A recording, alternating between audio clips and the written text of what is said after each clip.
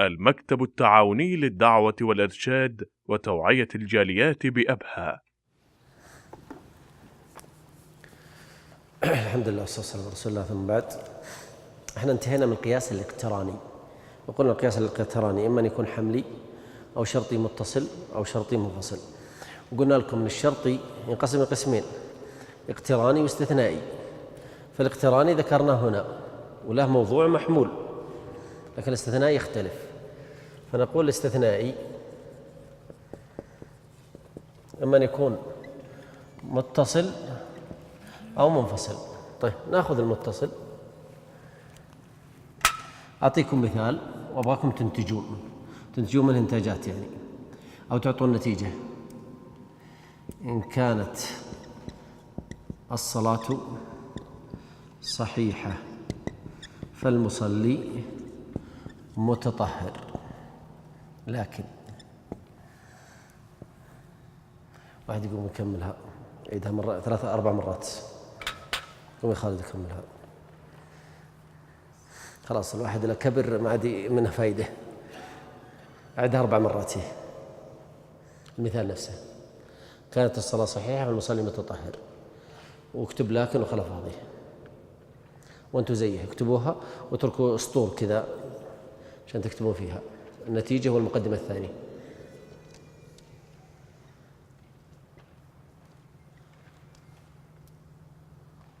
أيوه. كمل مالك مني. طبعا تكتبون هنا كلام، حط خط وتكتب هنا كلام.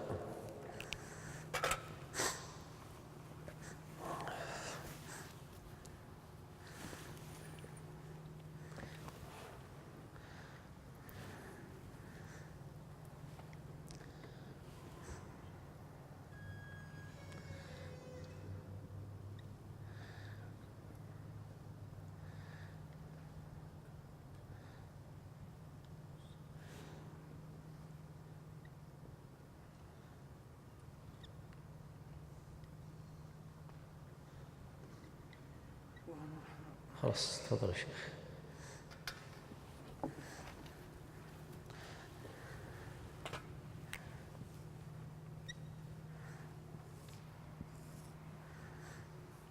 كتبتوها؟ خلاص اكتبوها تحت بعض، ما هي مشكلة، بس لابد يبقى فراغ هنا وفراغ هنا.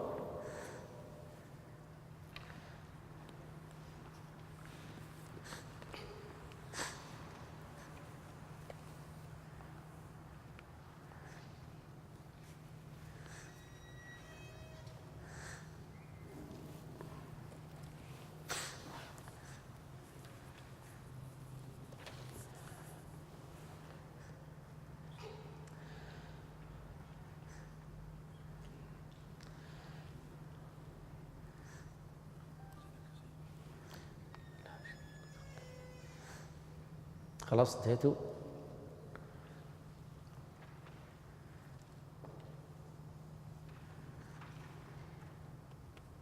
طيب تقدرون تكملون؟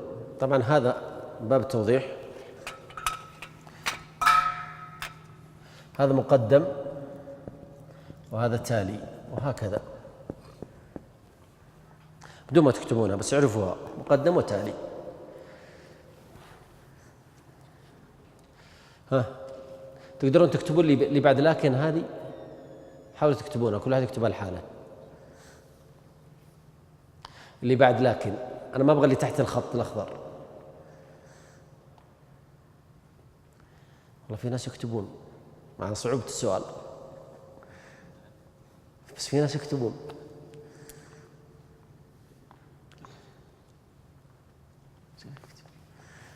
أكيد ما كتبوا من فراغ.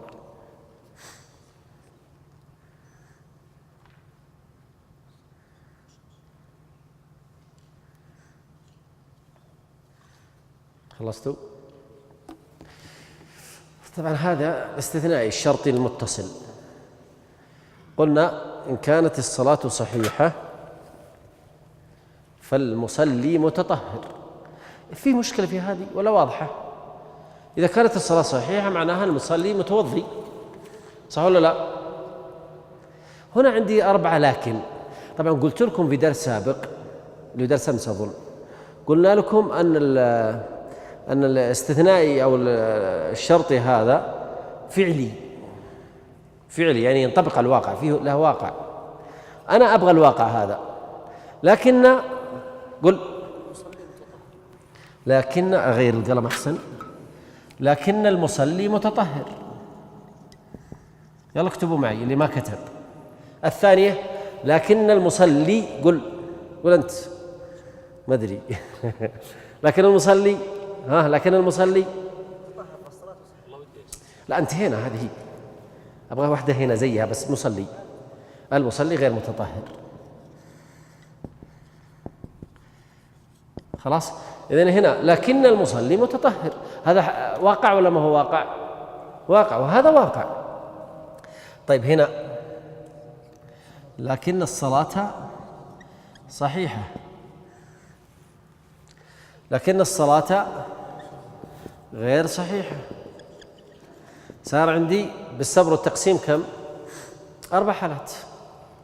إن كانت الصلاة صحيحة فالمصلي متطهر. حد يشك في هذا؟ سليمة، المقدم والتالي ممتاز. طيب الجانب الفعلي لكن المصلي متطهر، إيش حكم الصلاة؟ لا، ما هتكلم، يجاوبون. الثاني إن كانت الصلاة صحيحة فالمصلي متطهر لكن المصلي غير متطهر. الجواب كانت الصلاة صحيحة فالمصلي متطهر لكن الصلاة صحيحة. ايش الجواب؟ إن كانت الصلاة صحيحة فالمصلي متطهر لكن الصلاة غير صحيحة. ايش الجواب؟ طبعا إذا كتب فوق المصلي متطهر وغير متطهر تجي لهذه، شفتها يا سعد؟ تحطها تحت هنا بس بطريقتك الخاصة، زد ونقص. خلاص، إن كان هنا الصلاة صحيحة اعتمد على المصلي متطهر، حطها تحت بس بطريقتك الخاصة. يلا جاوبوا. الآن صارت سهلة، قبيل صعبة، بس إجابة صحيحة.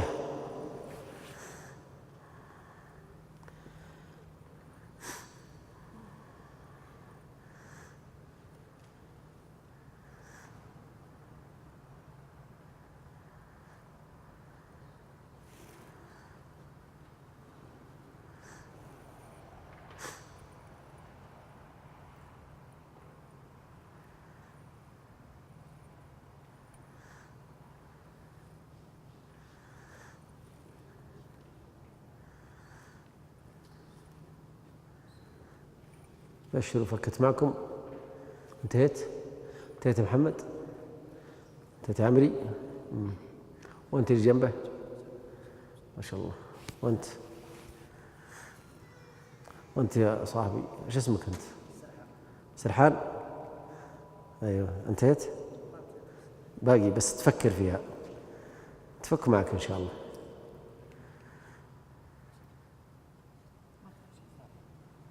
ما في شيء واضح؟ سهل. جاوب. طيب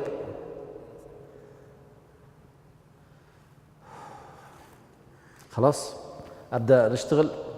إيش كتبت يا سعد في الأولى؟ الآن لا سعد، ليس بأسعد إنما سعد.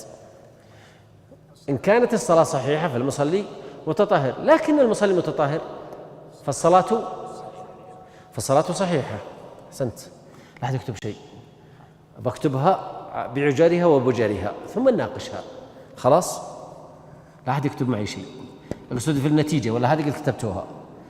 فالصلاة صحيحة. إن كانت الصلاة غير رأيك قد تكون لا يلزم أن الصلاة صحيحة. صح كذا؟ تقصد كذا؟ شفتوا شو يقصد كذا. طيب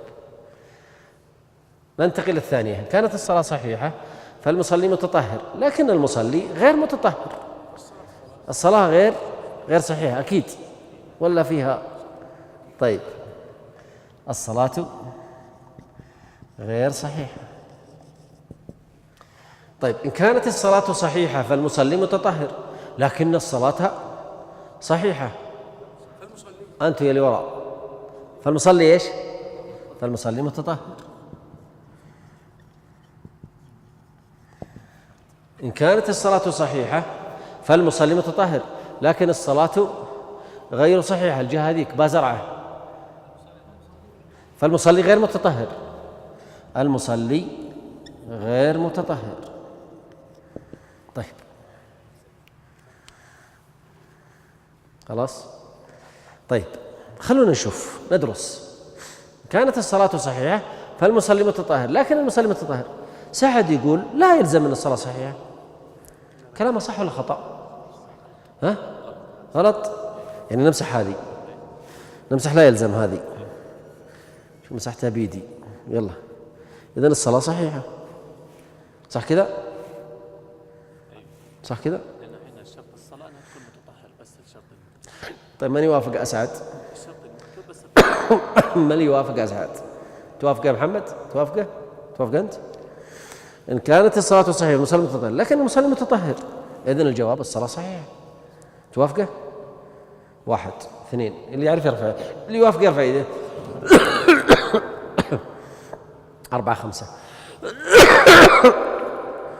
طيب واللي يخالفون، اللي يرون أنه ما هي بصحيح، إن كلام سعد الأول لا يلزم من الصلاة صحيحة، يرفعون يديهم. ايش فيكم رفعت يدك؟ ها؟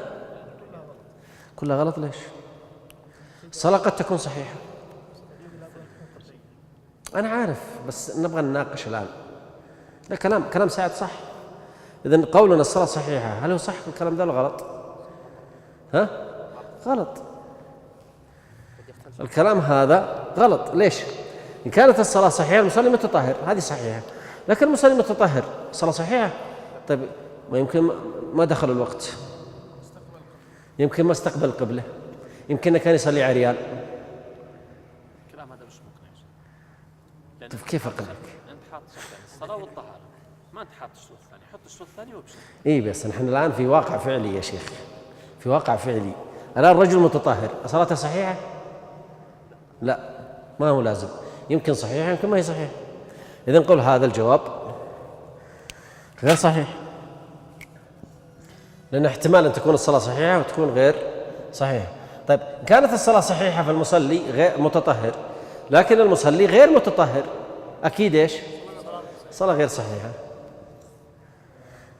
طيب إن كانت الصلاة صحيحة فالمصلي متطهر، لكن الصلاة صحيحة، أكيد.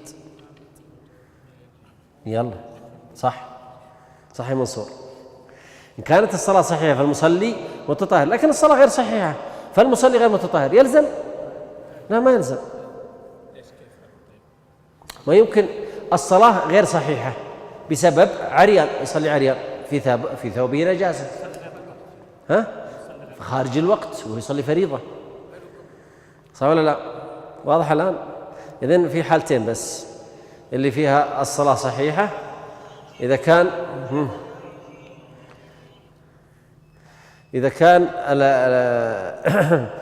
هذا الفعل الجانب الفعلي أن المصلي إيش؟ متطهر، أو كانت الصلاة إيش؟ صحيحة فقط. إيش يقول عندك في الكتاب؟ اقرأ يا شيخ.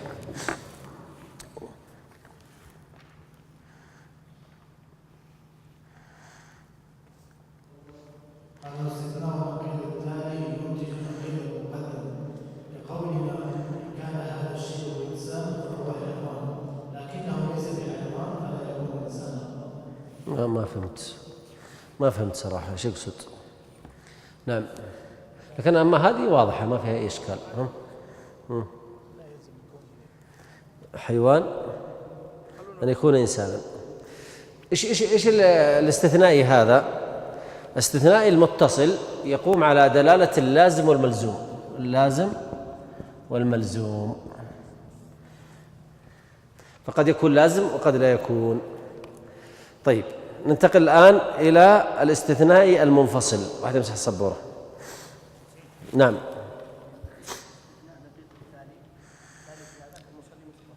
أيوه أيوه. لحظة يا شيخ، لحظة يا سعد. إيش؟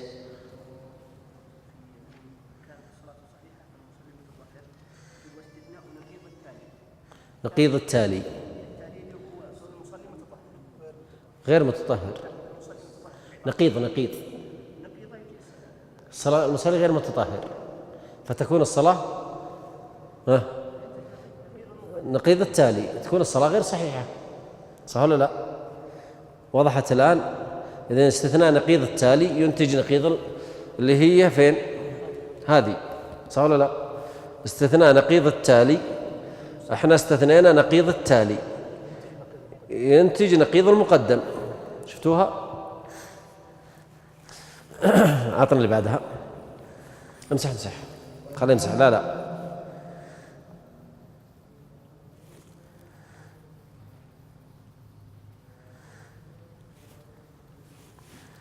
جزاك الله خير. أول أمس ما بديته من عندي. في قهوة؟ أمس عيني في الحلا ورايح جاي ولا هبولي لقمة، حرموني. قلت أنا عوجي يا شيخ. سامحني يا شيخ. لا خذ راحتك.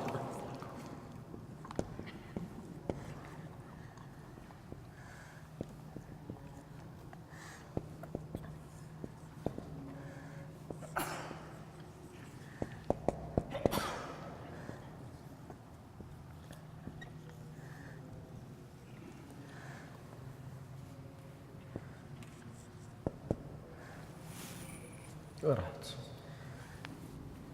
خليه يزيدك بعد يا شيخ. ها؟ تزبط مع القهوة. اي ما عليه.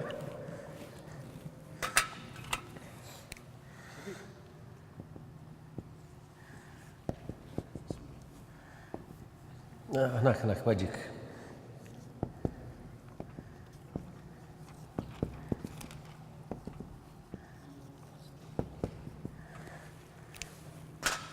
اكتبوا يا شيخ. ايوه الحين انتهى المنطق.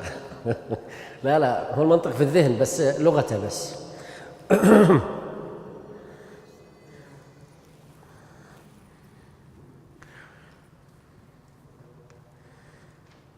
ابغى الفراغات اللي نقطت لها تكتبون فيها كلام.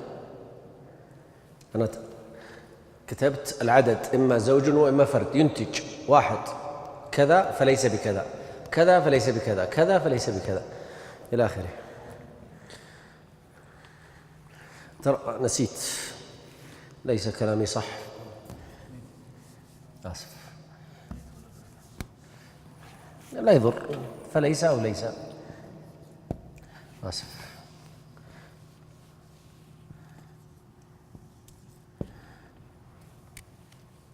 كذا هو. يلا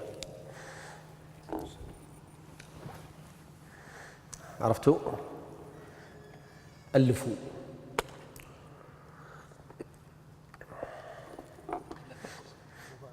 ها؟ طيب أبشر.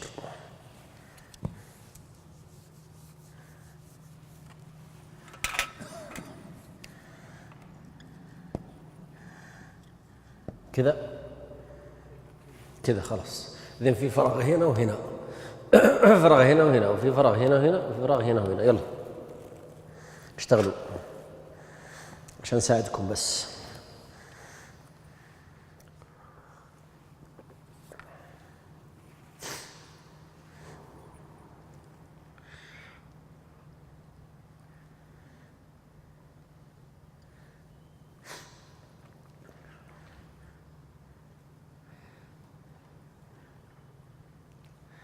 عصف ذهني، يبغالكم عصف ذهني.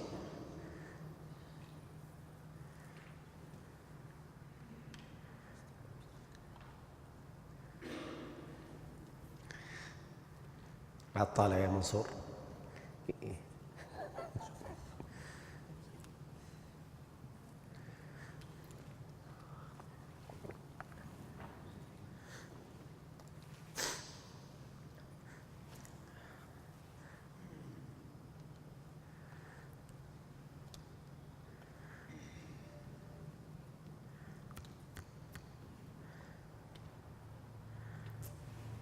شكرا، خلاص جزاك الله خير.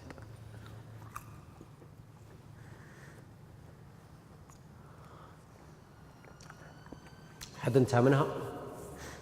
2 3 في 3 4 يعني فلاش عقل في الفكرة. ها؟ طب أسوي واحدة؟ أسوي لكم واحدة؟ أبشروا أبشروا. العدد أي عدد، يا زوج يا فرد، في حاجة ثالثة؟ ما في، صح ولا لا؟ إذن هنا شو نقول؟ هو زوج فليس بفرد. كملوا. لا زي كذا ما في إن كان، ما تصلح. يلا كملوا.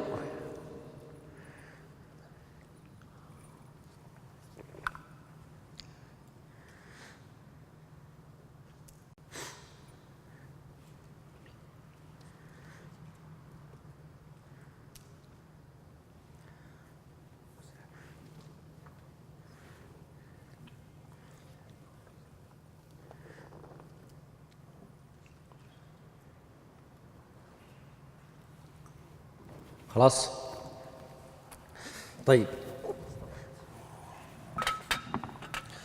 ليس زيها زي ذي. ليس زوج، ليس زوجا، هو فرد.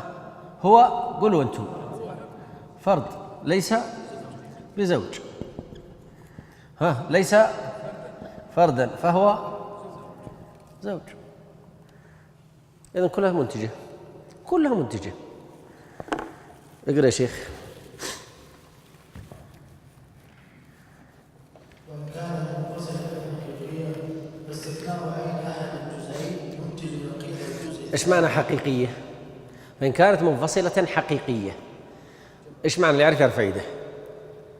الصف الثاني، الصف الثالث، الصف الرابع. قولوا أنت. وكلامك صح، بس لها عبارة علمية قالها في بداية المنطق، درس أول أمس. أيوة أنت. مانعة الجمع والخلو، ذكرتوها؟ مانعة الجمع والخلو هذه هي. إيش يقول هو؟ اقرأ يا خالد. عاد ما هي مشكلة في المنفصلة. وإن كانت منفصلة حقيقية فاستثناء عين أحد الجزئين ينتج نقيض الجزء الثاني. اسمعوا، في استثناء عين أحد الجزئين ينتج نقيض الجزء الثاني، صح؟ استثناء أحد الجزئين ينتج عين نقيض، استثناء عين أحد النقيضين ينتج عين ما أدري إيش. خلاص فهمتوا الآن؟ اقرأ يا شيخ علي. استثناء عد، استثناء نقيض. اقرأ بدلة واحد، اقرأ بدلة عيا. كانت منفصلة حقيقية إيه؟ فاستثناء عين أحد الجزئين ينتج نقيض الجزء الثاني. عرفتوا الآن؟ هذا عين وهذا نقيضه بس. طيب كقولنا العدد مع زوجه فرد لكنه زوج ينتج أنه ليس بفرد، أو لكنه فرد ينتج أنه ليس زوجا، واستثناء نقيض أحدهما ينتج عين الثاني. اللي هو لكنه ليس بزوج فهو فرد، لكنه ليس بفرد فهو زوج. عرفتوا ايش قصده في السطر الأخير؟ أحد له سؤال في هذا ولا واضحة؟ إذن هذه تتعلق بالاستثنائي المتصل والمنفصل. المتصل أخذناها في المصلي غير متطهر أو متطهر، إن كانت الصلاة صحيحة فالمصلي متطهر، وبينا قاعدتها. الآن انتهي، ثم أخذنا بعد ذلك الاستثنائي المنفصل. هذا هو، هذا الاستثنائي المنفصل، هذا سهل جدا. طبعا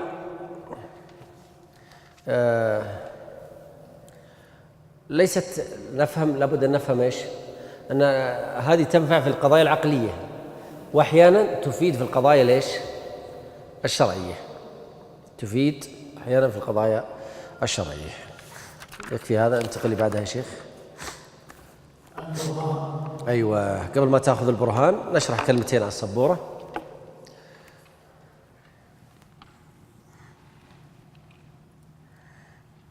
الخمر مسكر،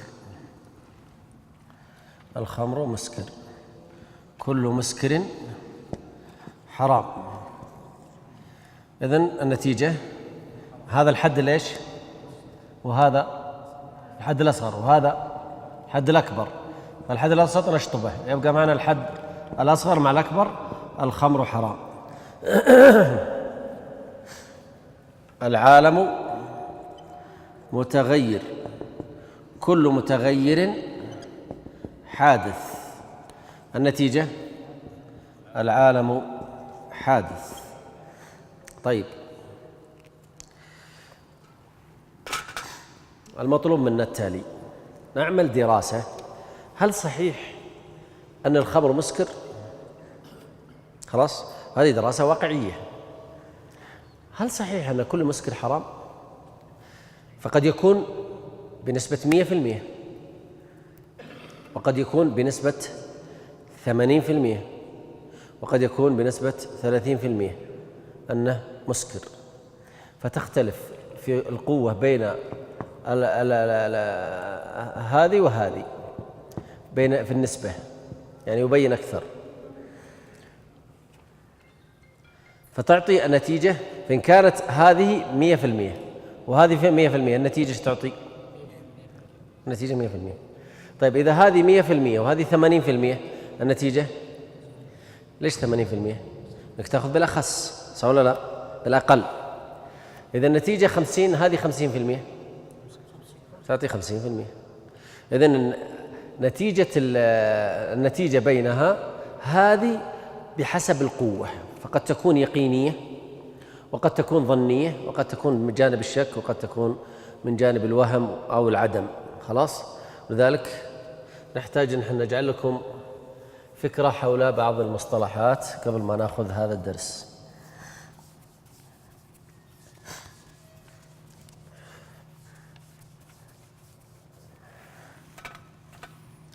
عندنا اليقين، ولها اسماء أخرى: البرهان، الاعتقاد الجازم، إلى آخره. هذه نسبتها كم؟ 100%. 100% أن الخمر مسكر، و100% أن كل مسكر حرام، صح ولا لا؟ كل مسكر حرام. إذن النتيجة تعطي نفسها 100%. الشيء اللي بعد اليقين الظن، عطوه 80%. خلاص؟ طيب، إيش بعد الظن؟ الشك، أعطوه 50%. 50% صح، 50% خطأ. 50% حصل، 50% ما حصل. أنا شاك. هل أنا على وضوء؟ 50% أيوة، 50% لا. هذا اسمه إيش؟ شك. أنا على وضوء 80% أيوة، هذا اسمه إيش؟ ظن. 20% لا، إيش اسمه؟ وهم. 20%. خلاص، هذه نسب. اليقين 100%، وقد يكون 0% إذا كان مخالفا، لكن نتركه على هذا الشكل. إذن عندنا اليقين 100%، الظن، وهذا يسمى العلم، يسمى اليقين، يسمى العلم، يسمى البرهان، لها أسماء كثيرة. 100%. هذا الظن 80%، الشك 50%، الوهم 20%. الوهم زي ما أنتم شايفين عكس الظن. فأنا أظن أني على وضوء 80%، لكن يواهم بنسبة 20%. خلاص يا مشايخ؟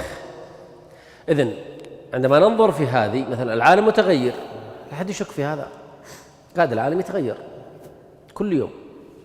طيب، إذا العالم متغير، في أحداث جديدة، في حركة، متحرك العالم، كل متغير حادث، هل هذه صحيحة؟ نقول لا، فيها أشكال، لأن غالب المتغير حادث، لكن في متغير ما هو حادث، في متغير وليس بإيش؟ بحادث، وهي الصفات الفعلية لله عز وجل. طيب، إذن لما نجي نقول العالم حادث، هل هذه يقينية ولا فيها لك عليها؟ إيه نعم، يبقى أنها في جانب الظن تنفع، لكنها ما تنفع على الإطلاق. خلاص؟ إذن نقدر نقول أن النتائج التي نحصل عليها تكون أحد 5 أشياء عندكم، أو تعتمد على 5 طرق عندكم. خلاص؟ إذن نقرأ ونشوف ماذا يقول. تفضل يا شيخ.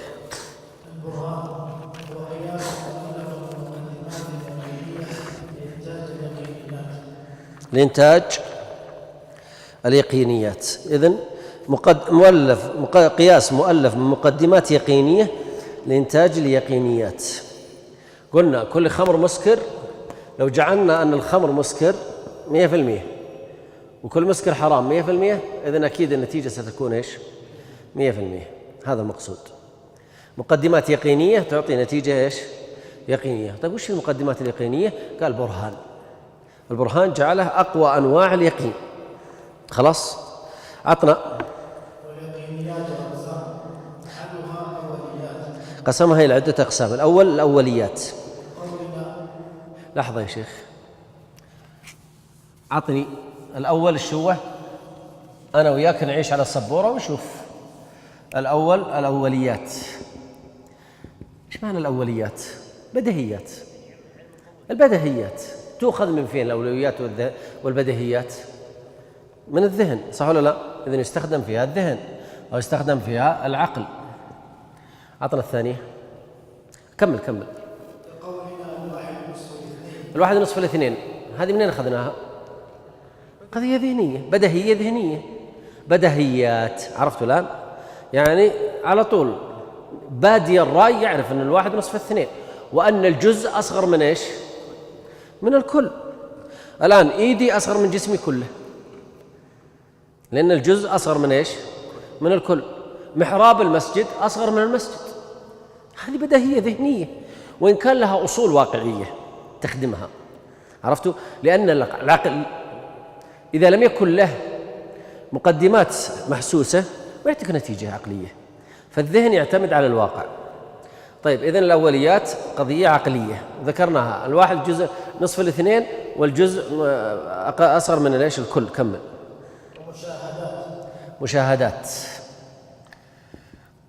قولنا الشمس مشرقة والنهار محرقة.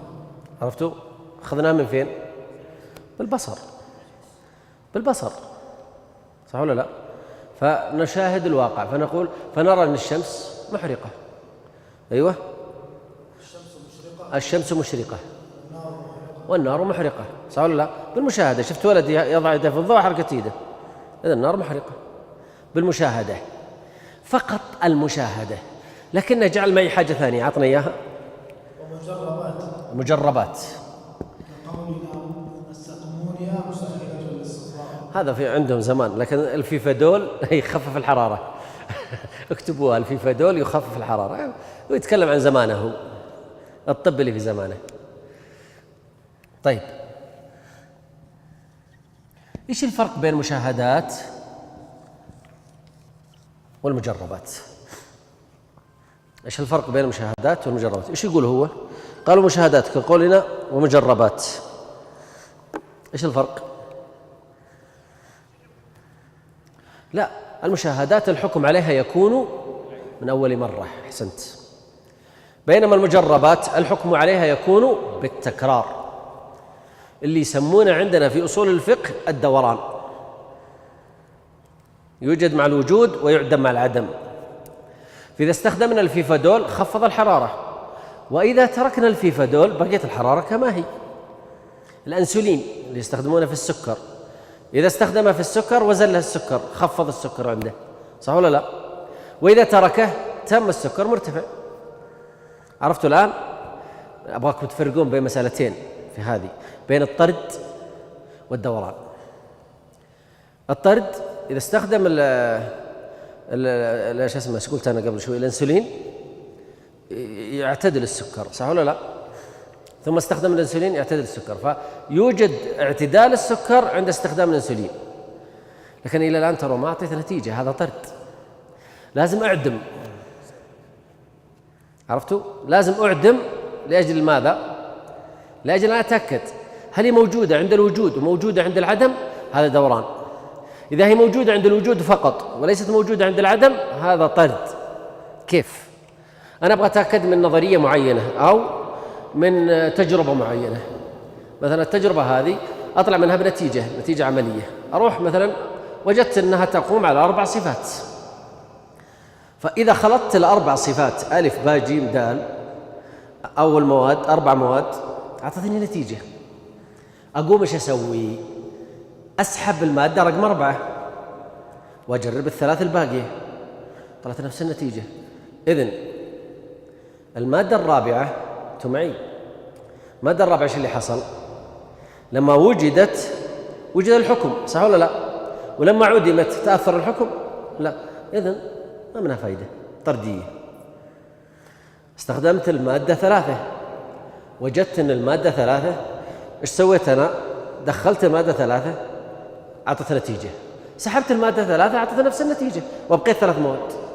إذن المادة 3 طردية صح؟ أخذت المادة 2 ورحت دخلتها في التجربة طلعت مضبوط، سحبتها تغيرت النتيجة. إذن لما وجدت أعطت نتيجة، لما عدمت راحت النتيجة. إيش رأيكم؟ هذا دوران. صحيحة ولا ما هي صحيحة؟ صحيحة. جيت للأولى أدخلتها أعطت نتيجة، سحبتها ما أعطت نتيجة. إذن العلة التي يقوم عليها العلاج هذا أو التجربة هذه الشيء رقم 2، هذا اسمه علة ليش؟ الدوران، والباقي طرديات لا قيمة لها. فيكون اعتمادي كله على رقم 2. أحيانا قد أجد 2 و1 تعطي نفس النتيجة، فهمتوا معي؟ فيكون خليط من 1 وإيش؟ و2. هذه اسمها علة الدوران. خلاص؟ فهم يستخدمون في اليقينيات المجربات، وهذا اللي يسوونه في أصحاب التخصصات الطبيعية، إنه يبدأ يعمل تجربة مرة مرتين وثلاث وأربع وخمس، خلاص، وكل ما عمل تجربة طلعت النتيجة نفسها. تجربة كم كانت نسبة أول تجربة، كم نسبة صدق هذه التجربة؟ 40% صح؟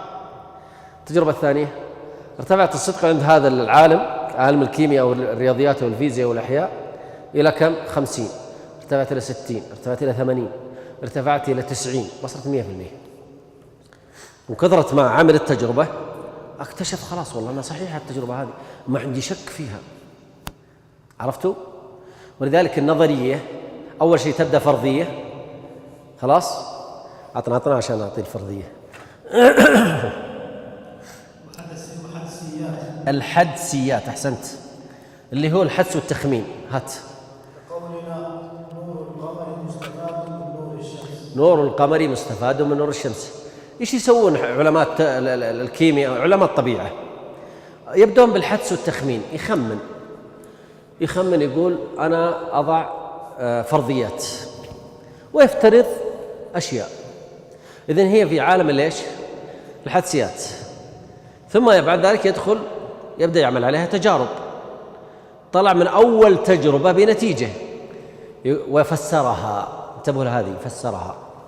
أحيانا يخلطون علماء الطبيعة الفيزياء والكيمياء وغيرها، يخلطون بين التفسير والتأثير. التأثير أمام عيونهم يقوم يفسر من عنده. طيب هذا حدس، فهمتوا؟ إحنا مسلمين وعرب نصدق اللي جينا. الخواجات يرونها باقي نظرية ولا فرضية، والحين قد وصلت عندنا إيش؟ حقيقة. عشاننا جاية من الغرب، عند ناس شقر. طيب هذه مشكلة ولا ما هي مشكلة؟ مشكلة. لكن خلونا نمشي واحدة واحدة. الحدسيات، أمامي شيء في الكون، أنا عالم في الفلك، أمامي شيء في الكون، أروح أفسره، أخمن إجابة، ثم أقوم أعمل عليها تجارب. لما أعمل عليها تجارب أستخدم أسلوب الدوران، الوجود عند الوجود والعدم عند العدم، لأن الأشياء الطردية ما أريدها. فاصل النتيجة، قد تختلف نتيجة الحدس مع نتيجة التجربة. عرفتوا؟ فالحدسيات قد تنتقل يوم من الأيام إلى إيش؟ مع التجربة تنتقل إلى نظرية، ثم يوم من الأيام تصبح إيش؟ حقيقة. خذوا مثلا الحدسيات عندكم، إيش يقول؟ نور القمر مستفاد من نور الشمس. هذه النظرية كانت عندهم قبل 1000 سنة، وعند اليونانيين قبل 1000 السنين. النور القمر مستفاد من نور الشمس، والآن يقولون نفس الكلام، نور القمر مستفاد من نور الشمس، صح ولا لا؟ طيب دوران الأرض، كثير من الناس يظنون دوران الأرض إنه من عند الخواجات، هذا خطأ. أرسطو ناقش دوران الأرض تدور حول نفسها وتدور حول ليش؟ حول الشمس. كلهم علماء اليونان كانوا يناقشون هذه القضية. حركة الإلكترون حول النواة هذه موجودة من عهد أظن قبل فيثاغورس، نسيت صاحب النظرية، من 3000 أو 4000 سنة، وهم يقولون أن الإلكترون السالب يدور حول ليش؟ حول النواة، وهذه تركيبة ليش؟ المواد. ثم انتقلت عبر التاريخ عن طريق الفلاسفة إلى أن جاء هذا العصر، ولا زالت إلى الآن تعتبر نظرية، لم تصل إلى حقيقة، لأنهم إلى الآن لا رأوا الإلكترون ولا رأوا النواة ولا يدرون ايش داخل النواة، يعني في عندهم أشياء كثيرة جدا ما وصلوا لها إلى الآن، اللي هي في مادة الشيء، مادة الكون. فلا زالت تجربة، لا زالت حدس وتخمين، ولا زالت في عالم التجربة. عطنا اللي بعدها. إيه؟ ها؟ حدسيات تخمين، يخمن العالم شيء معين. إيه؟ هو يجعلونها من البرهان مثل قضية نور القمر مستفاد من نور الشمس، ما عندهم أجهزة تكشفها، في لا زالت في عالم الحدس، مع أنها اعتبر أصبحت في المجتمع يقين. بس هذا هو، ولا الصحيح زي ما قلت أنت. عطنا. متواترات. أيوة، متواترات. لحظة شيء، متواترات تؤخذ من فين هذه؟ من السمع، صح ولا لا؟ إذن صار عندي أشياء بالعقل، أشياء بالبصر، وأشياء بالإيش؟ بالسمع، طريق المحسوس، كلها محسوسات. ولذلك الله عز وجل يقول أن السمع والبصر والفؤاد كل أولئك كان عنه مسؤولا. أنا أتمنى منكم خدمة صراحة، أننا نبحث لكل نظرية منطقية هل يوجد لها شبيه في القرآن أو في السنة. صدقوني يطلع موضوع رائع جدا، وستجدون أشياء كثيرة جدا في كتاب القرآن والسنة وعلوم السلف تتعلق بعلم المنطق من أوله إلى الآن. واضح؟ أعطنا. كقولنا محمد صلى الله عليه وسلم ادعى النبوة وظهرت المعجزة على يده. نعم، هذه من المتواترات، صح ولا لا؟ واضحة ولا ما هي واضحة؟ مثل قضية وجود الحوض، وجود الجنة، وجود النار، قضايا متواترة وهي سمعية كما قلت لكم. تفضل يا شيخ. وقضايا قياساتها خطأ، هذا مطبعي. وقضايا قياساتها خطأ مطبعي، عدلوا. كقولنا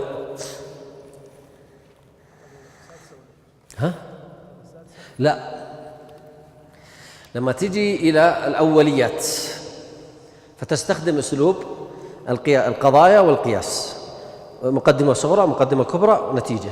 لما تجي المشاهدات مقدمة صغرى وكبرى ونتيجة. لما تجي المجربات مقدمة صغرى وكبرى ونتيجة. هذا هو المقصود، قضايا قياساتها معها. تفضل يا شيخ. كقولنا الأربعة زوج بسبب وسط حاضر في الذهن وهو الانقسام المتساويين. 4 ينقسم على 2، كم طلعت؟ 2، يعني 2 و2، هذه ايش تسمى؟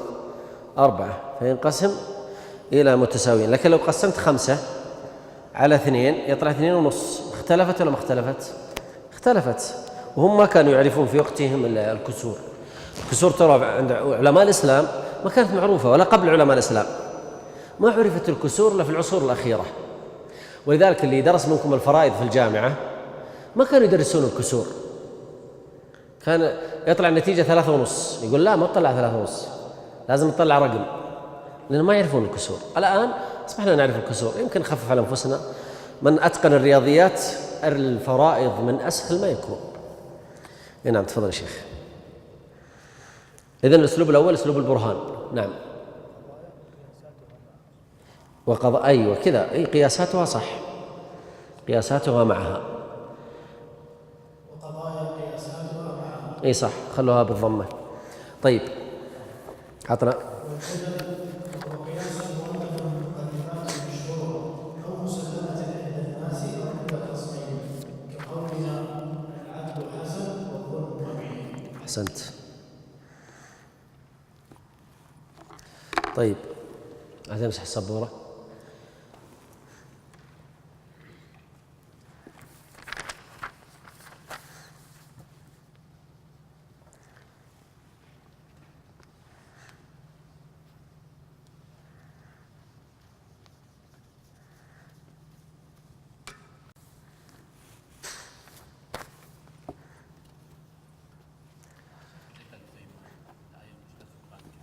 ها؟ هذا إيه، بس اسمه قياس جدلي. إذا القياس الأول، طيب أنا بجعل لكم على السبورة توضيح بسيط. عندنا أول شيء يقين، وعندنا ظن، والمؤلف قسم الظن إلى قسمين، وعندنا وهم، وعندنا كذب. الكذب هذا يأخذ 0%، وهذا 100%، 80%، 20%. الشك ما ذكره. عطنا الآن أول يقين يقابله البرهان. البرهان يقين 100%. عطنا الظن. الظن قسم إلى قسمين. عطنا القياس الجدلي. لا البرهان أو القياس البرهاني. خلني أكتبها. نبغى نمشي على شكل جدول. القياس البرهاني هذا 100%. أسجل عنده يقين 100%. عطنا يا شيخ الظن الجدلي، القياس الجدلي. عطنا القياس الجدلي. اقرأ يا شيخ. الجدل اللي كاتب عندك الجدل. وهو قياس المؤلف المقدمات المشهورة أو مسلمة عند الناس أو عند الخصمين. إذن ايش نقول؟ ظن زايد مقدمات مشهورة أو مسلمة. هذه يعطيها قوة ولا ما يعطيها قوة؟ كم نعطيها هذه؟ 90%، 95%. ليه؟ لأنه ظن فلم يصل درجة اليقين 100%. يعني فيه لكن مقدمات ايش؟ مشهورة معروفة عند الناس، مثل العدل. ايش كاتب؟ حسن. وكل حسن في الجنة. إذن العدل في الجنة مثلا. الظلم قبيح، وكل قبيح يشين. إذن الظلم يشين. وضحت الفكرة؟ فهنا المقدمات ظنية لا يصل درجة اليقين 100%، لكنها مشهورة عند الناس أن العدل حسن والظلم قبيح. ما في ظلمة في العالم الآن عاش مبسوط وظالم، ومات طبيعي جدا، وخلاص انبسط في ذا الدنيا، ومات عادي جدا ولا حصل له ولا مشكلة. زي حافظ الأسد، نسأل الله ينتقم منه مثلا، مبسوط طول حياته، وصار رئيس دولة وانبسط وكل شيء، ظالم حياته كلها ظلم، وبعدين مات طبيعي جدا. حتى تحسرنا يوم مات، قلنا معي الله. فتجد أن مثل هذه الأشياء تحس أنت في إشكال، يبدأ عندك نوع من التأثر، فنزلت أنت من اليقين 100% إلى كم؟ 95%. الظلم يشين. طيب عاش مبسوط. فهذه تدلك على أنه، لكن ليس على إطلاقها. غالب الظلمة يأتي حقهم في الدنيا قبل ليش؟ قبل الآخرة. لكنها مقدمات مشهورة أو مسلمة، تسلم بها أنا وتسلم بها أنت. مثلا، هل الخمر مسكر عندك؟ أقول أيوه. وأنت؟ قال أيوه. هذه اسمها مسلمة، سلمت بها أنت وأسلم بها أنا. هل البر مثلا، هل المطعوم ربا عندك؟ تقول لا. أنا أقول لا، الربا المطعوم ربا. أنا أقول مثلا البر مطعوم، كل مطعوم ربا، صح ولا لا؟ رحت سويت كذا، البر ربا. أنا أسألكم، هل أنا وإياه متفقين؟ ما يمكن يقول لا. أنا لا أرى أن المطعوم ربا، تفاح ما هو ربا، صح ولا لا؟ يمكن يقوله. فأقول طيب إيش تقول أنت؟ قال أنا أرى المكيل مثلا، أو أرى أنها مقتصرة على الأصناف الستة، ما في قياس. إذن هل سلم لي الخصم؟ لا، خرب القياس خلاص. لأنه إذا لم يسلم لك الخصم بالمقدمات ما تقدر تحجه. يعني مثلا، إيش حكم الرز؟ هل الرز من ربوي؟ جيت عند واحد ظاهري زي ابن حزم وقلت له الأرز هل هو عندك من ربوي؟ يقول أنا ما أقيس، أنا أنكر القياس. إيش تسوي مع هذا؟ تناقشه في الرز؟ الرجل ينكر القياس. تناقشه في إيش؟ تناقشه في أصل المسألة اللي هو القياس. عطنا اللي بعده. لحظة يا شيخ، إذن هذه تستخدم متى؟ عند المناظرة، فسموها القياس الجدلي. يا أني أنت مقدماتك تسلم بها وأسلم بها، يا مقدماتك تنكرها وأنا أسلم بها. هنا صار في فرق. طيب عطنا اللي بعدها. وهي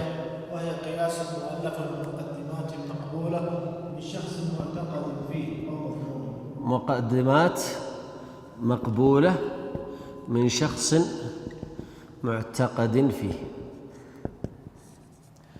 علشان أن الشيخ ابن عثيمين قالها هي صح، علشان الشيخ عايض القرني قال هذا الكلام، فأنت تقول كلام مقبول معقول. ليه؟ قال فلان. عرفتوا الآن؟ طيب هل هذه المقدمات مقبولة؟ نعم مقبولة عند أشخاص، لكن العقلاء يقولون لا، احنا نناقش الفكرة. ما الناس الآن يعتقدون في ابن تيمية، صح ولا لا؟ يقولون في إذا جاك واحد يتناقش يقول يا أخي اسكت اسكت، قال ابن تيمية، لأنه مقبول عندك أصلا، شخص مقبول عندك.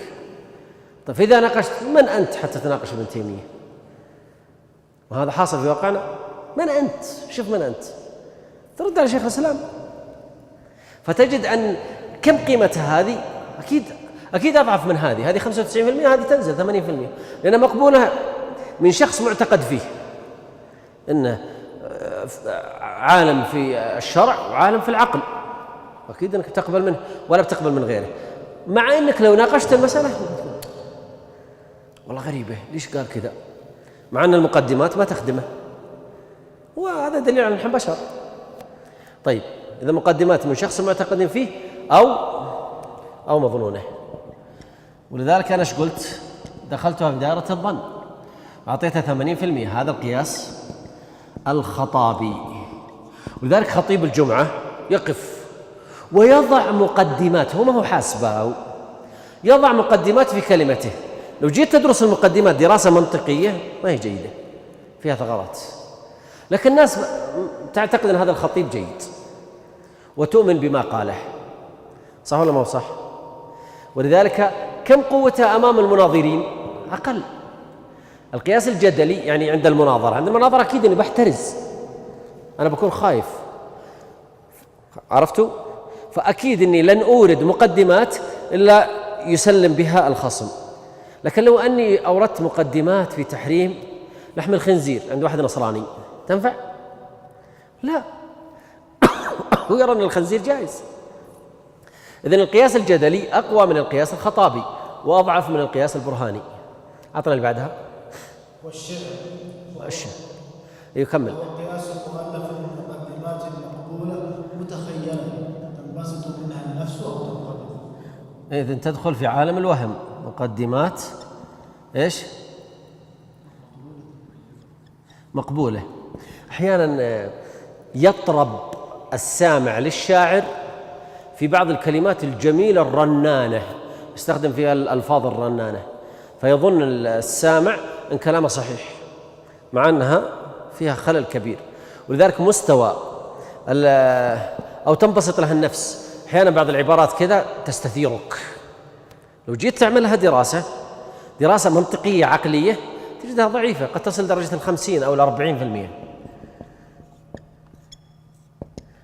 وقد تكون أكثر وقد تكون أقل. هذه مفتوحة، نقدر نخلي الشعرية اللي هو القياس الشعري. أكيد أن الشاعر سيكون أقل من الخطيب لأن هذا معتقد فيه عند الناس، لكن هذا شاعر قد يكون ماجن قد لا يكون، ويأتي بكلمات جيدة تنبسط لها نفسك. وأنتم تعرفون قصائد، خاصة قصائد الشعر الشعبي، تجد أن لها آثار في نفوس الناس. لو جيت تعمل لها دراسة منطقية ما تمشي. أعطنا اللي بعدها، يمكن تكون مظنونة حتى.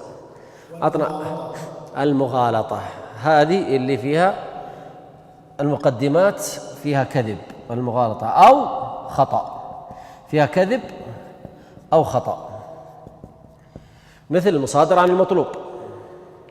أيوة تفضل. وهي قياس مؤلف بمقدمات كاذبة شبيهة بالحق أو بالمشروع أو من مقدمات وهمية كاذبة. عرفتوا؟ لأنها يعني تكون مغالطة كاذبة، وأحيانا يجعل لك بعض الناس مقدمات فاسدة فأنت تظن أنها مقدمات صحيحة، هي فاسدة أصلا. وهذه يسمونها القياس السوفسطائي، هذه يجعلها 0%. القياس السوفسطائي يقول هذا فلان يسفسط في العقليات، يجيب لك فلسفة، يتفلسف. لكن لو نظرت في مقدماته تجد مقدمات غير صحيحة أصلا. ومنها المصادرة عن المطلوب، مثل كل إنسان بشر، وكل بشر ضاحك، إذن كل إنسان إيش؟ ضاحك، صح ولا لا؟ فتجد أحيانا أن يجعل لك مقدمات أي نعم. مثلا أعطيكم إياها في المصادر المطلوب، مثلا يجيب لك المقدمة تخدم جزء من النتيجة. كل إنسان مثلا ضاحك، وكل ضاحك بشر، النتيجة كل إنسان إيش؟ بشر. شفتوا كيف؟ وأنت اقتنعت والله حاجة حلوة صراحة. خطأ أصلا. كيف كل إنسان بشر؟ هو الإنسان بشر. فأحيانا هذه المصادرة مطلوب، أو أحيانا يأتي بإحدى المقدمتين ويجعلها نتيجة. أنا ما في ذهني الآن مثال. فهذا المصادرة عن المطلوب، يعني كأنه والله أعلم يصادر عقل الإنسان عن المطلوب، في إما أنه يوردها كأحد بهذه الطريقة أو بأحد المقدمتين. نعم. خلني أشوف أمثلة ذكرتها أنا. لحظة يا شيخ.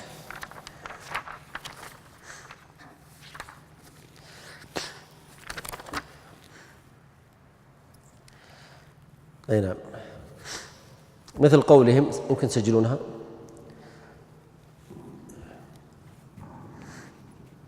إذا أردتم سجلوا. مثلا قولهم أن الربا يشبه صورة البيع، والزنا يشبه النكاح. كنت مرة أشوف مناظرة في اليوتيوب، وإذا واحد يقول أصلا النكاح زنا، لأن جعل في ذهنه إيش؟ مناظرة موجودة في اليوتيوب. كان يقول النكاح أصلا هو زنا، وش تحسبون النكاح أنتم؟ ليه؟ لأن نظر في الجنس أن هذا جماع وهذا جماع، فجعلها شيء واحد. طيب زي هذا القياس ايش رايكم فيه؟ فاسد. زي ما قال المشركو العرب انما البيع مثل الربا، قال الله تعالى وحل الله البيع وحرم الربا، فرق سبحانه وتعالى، هم جعلوها شيء واحد. مثل اكتبوا الحجر ميت، سجلوا هذه، وكل ميت يدفن. سجلوا هذا المثال، الحجر ميت، هذه في السفسطائية. الحجر ميت، كل ميت يدفن. النتيجة الإنسان العادي تمشي عليه، اشطب هذه، الحجر يدفن. ايش رايكم؟ كل ميت يدفن. حد يخالف في هذا؟ يقول واحد والله صدق كل ميت يدفن. طيب والحجر ايش رايك فيه؟ قال الحجر حي ولا ميت؟ أنتم الحجر حي ولا ميت؟ الحجر حي؟ ميت. سمعت واحد يقول الحجر حي. طيب كل ميت، طبعا إذا الحجر حي، الحي يتزوج. طيب كل ميت يدفن، هل صحيح كل ميت يدفن؟ هل كل ميت يدفن؟ لا، ما هي صحيح. فلذلك هو لما قدم مقدمة اللي يقراها كذا على شكلها والله إنها معقولة، ماشي على الشكل، على الشكل الأول من أشكال القياس. نعم. والمقدمة الأولى غير مسلمة. ليش؟ أيوة عرفت قصدك، القابلية. طيب خلنا على الحجر ميت، ويجي واحد يقول والله الحجر ميت، صح ولا لا؟ كل ميت يدفن، ايش رايكم؟ لا ما هو صحيح. هو يقول لا. فأنت لو جيت للشكل يمشي على بعض الناس، لكن أنت ما بيمشي عليك، لأنك أنت بتبدأ تناقش في المقدمتين. المقدمة ذي ناقش الأخ خالد يقول لا غلط، لأنها ليست من القابل لقبول الملكة. وكل ميت ايش؟ يدفن. فهل كل ميت يدفن صح؟ لا، غلط. ولذلك النتيجة طلعت غلط. هذه اسمها مغالطة. ولذلك أحيانا تسمع في بعض المناظرات يضع لك مقدمات فاسدة ويطلع منها نتيجة فاسدة ويلزمك بها، فتقعد أنت في إيش؟ في حيرة. على طول أنت تقول له لحظة خلنا ندرس مقدماتك، وخذها واحدة واحدة ودرسها، ستكتشف أنها مقدمات فاسدة. هذه اسمها السفسطائية أو المغالطة. تفضل يا شيخ. أحسنت.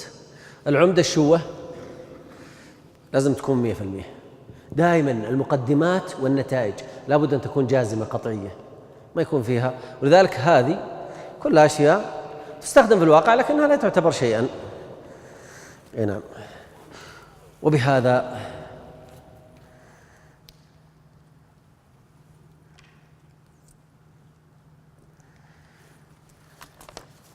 وبهذا انتهينا من هذه المذكرة، وجزاكم الله خير على الحضور والإنصات والاستماع. حقيقة أتحفتمونا، وكالعادة يبدأ في الحضور ما شاء الله يمتلئ المسجد، وآخر درس قد ذهب ليش الأغلبية. الذي يطلب منكم تأتوني هنا تكتبون أسماءكم كاملة، لأني أنا عندي سيرة ذاتية أجمع فيها ثبت بأسماء طلابي، فأريدكم أن تأتوا وتسجلون عندي أسماءكم.